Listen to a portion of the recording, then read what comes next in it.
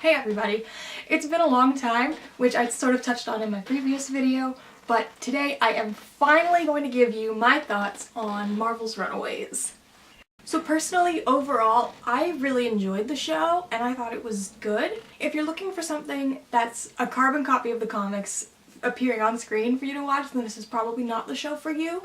But I would say as an adaptation of another work and something that exists on its own, that it was pretty good and I enjoyed it, and I will be watching season 2. It definitely has its merits and I think it's as a standalone thing, it's really good. I really had no idea how I wanted to approach this review. I haven't reviewed anything before, so it took me a long time to figure out what I wanted to say and how I was going to say it, but I've decided just to round it up, make it really easy. I'm going to talk about what I liked and what I didn't like.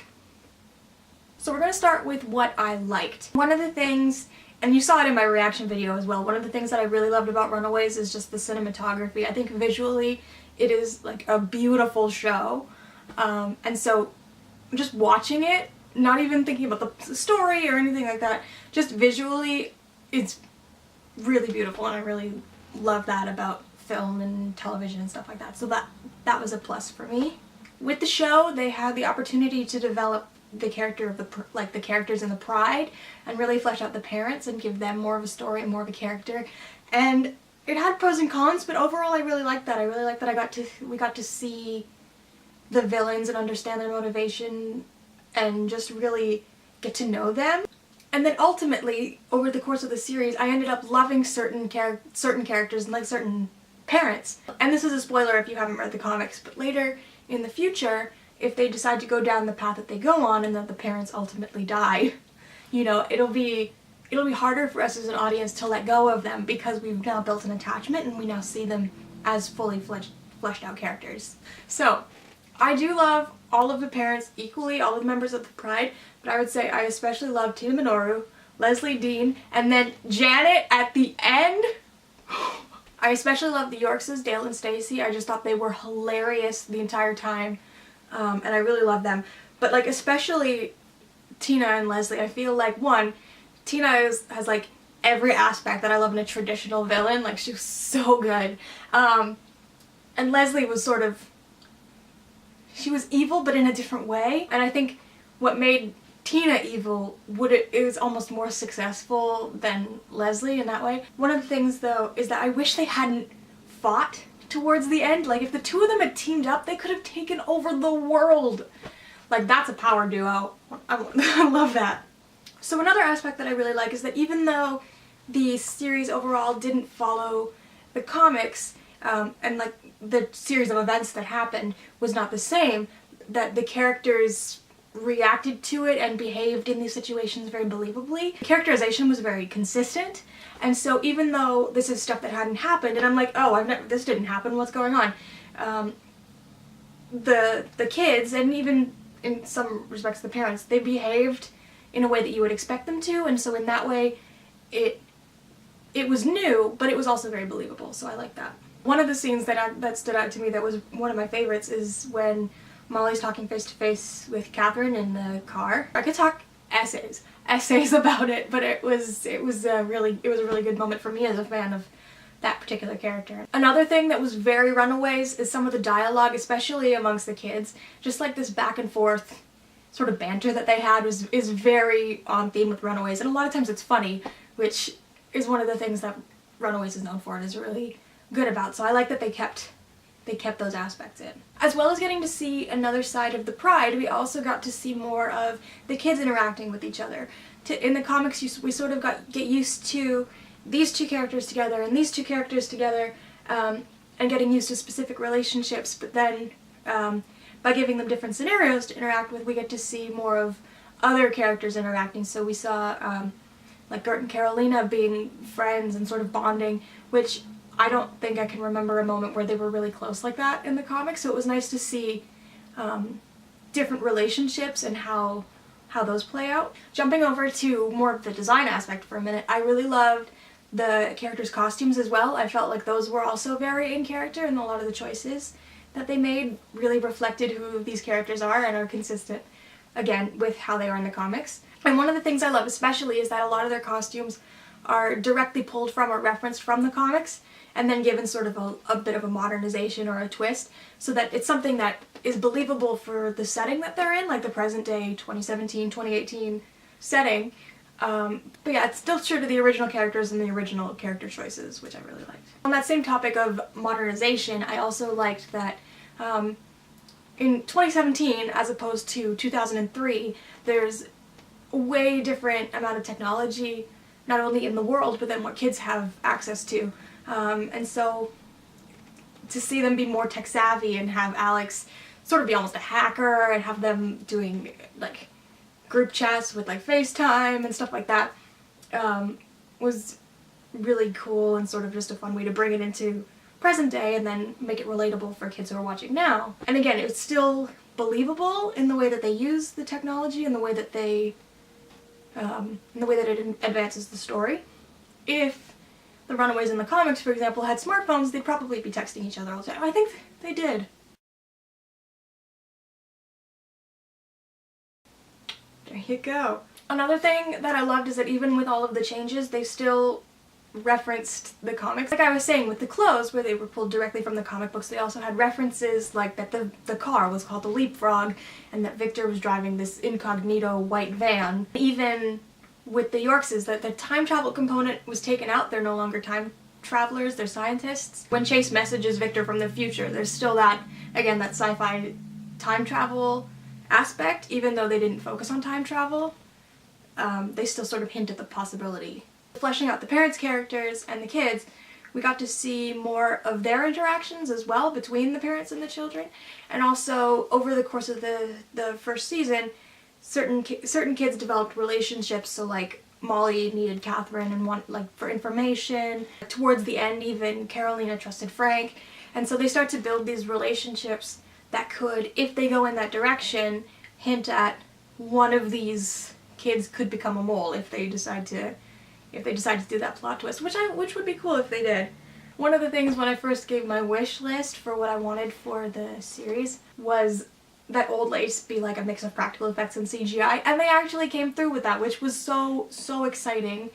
And I did mention that in another video, I remember I did. And it worked really, really well, because a dinosaur is not a thing that exists in the world, but it looked really good, and I'm really happy that they went in the direction that they did, instead of relying on CGI, because sometimes CGI, especially on TV, can fail, and I'll talk about that later. And finally, the last thing that I really, really liked was just the acting overall from the whole cast was really good. I especially loved Lyrica as Nico. I felt like her work was really, really powerful, and it was really, really good. There were some scenes, and there was one or two scenes with Allegra as well that were really emotional, that like so yeah, they're very talented, and the cast, it's a really strong cast, and I really liked that as well.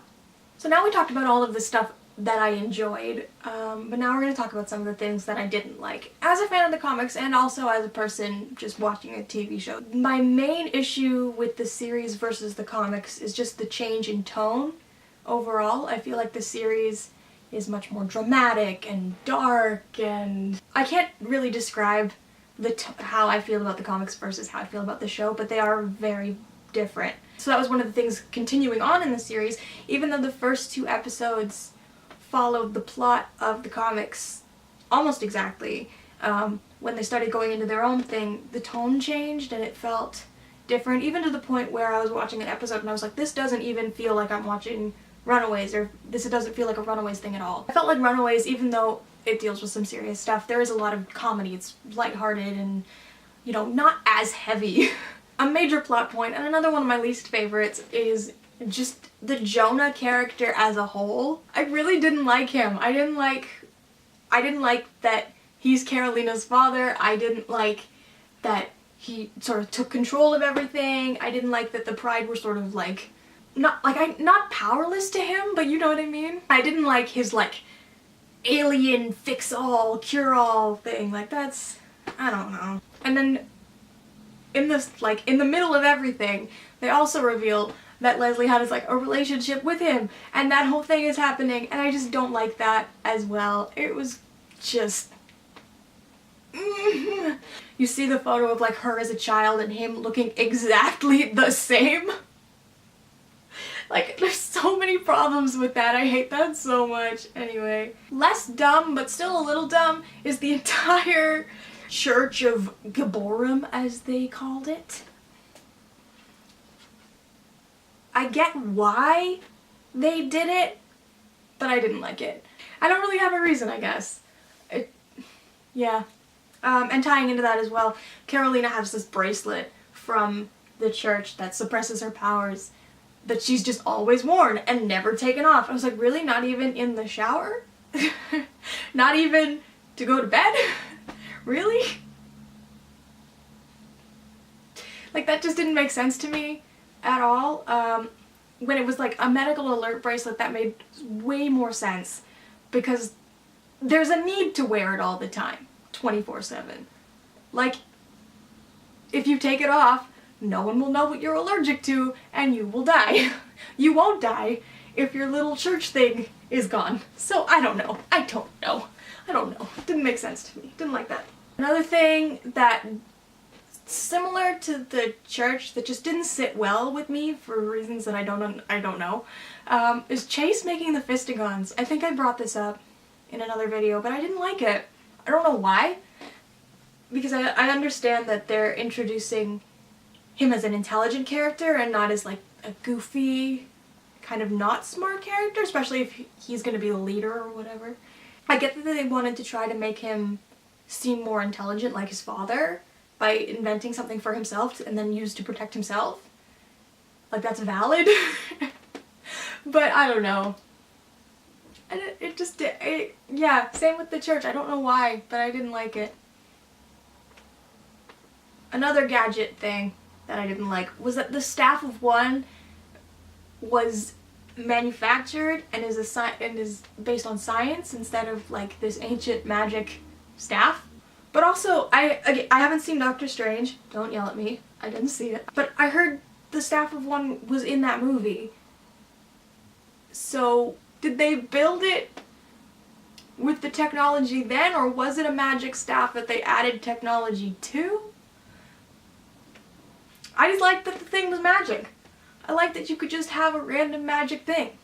Speaking of random magic things, Carolina's like flying, that first scene where it's revealed that she could fly, I don't know, it didn't wow me, and I felt like it should have. I understand that that is television level CGI and that, you know, it's not going to be everything you want it to be, it's going to be everything it can be within its limitations. But even just more color, I feel like she was very pastel, whereas in a lot of comics, and again, it varies from artist to artist, of course, but like generally, she's brighter.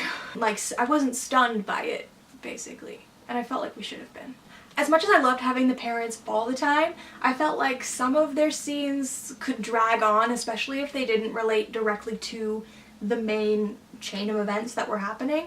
The drama between them, one, felt useless for me. I was like, okay, get back to what we have to get back to. But then also it divided the parents in a way that they'd never been divided. They always worked together as the Pride. They were always a team. They may have had those feelings and those tensions, but I don't think they weren't so pitted against each other as they are now, to the point where they're like fighting each other. I have some random notes that for some reason I couldn't sort into things, so I'll talk about those. In episode 3, I said, I hope that the beach sets up future events. The Pride's sort of underground place where they were meeting the Geborum and everything was underground, and they were on the beach and they go underground. So here's a fun one. Runaways, then montage good. Girl, what were you saying? What was I saying? I don't know.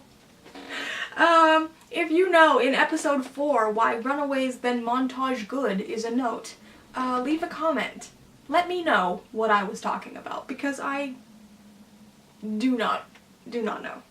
And lastly, before I run out of storage space on my camera, here is what I am hoping for in season 2. So basically, by the end of the season, they've escaped their parents and they're the runaways for real. What I hope for going forwards is that now that they're on the run, that season 2 will become the more comics accurate storylines. how like episodes, well, you know, there will be an overarching story, but there will be like episodic things that happen, and it's more comic based, and then you sort of have a B plot with the parents. Moving into season 2, Disney owns everything now. Let's get those crossovers. I want to see Spider-Man. I want to see Cloak and Dagger. I want the Skrulls. I want Zavin. Please. It might be hard now that Jonah is Carolina's father. I don't know if he would have had a past where they would have had that like already established arranged marriage for Carolina.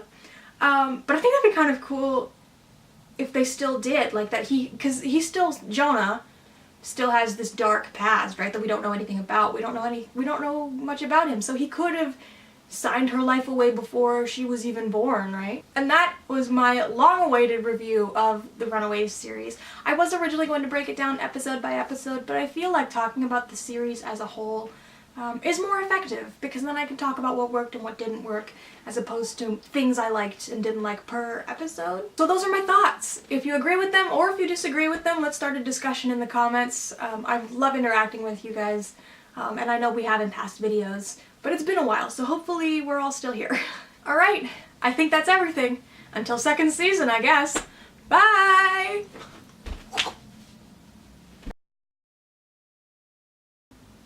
Is that the song I'm thinking of?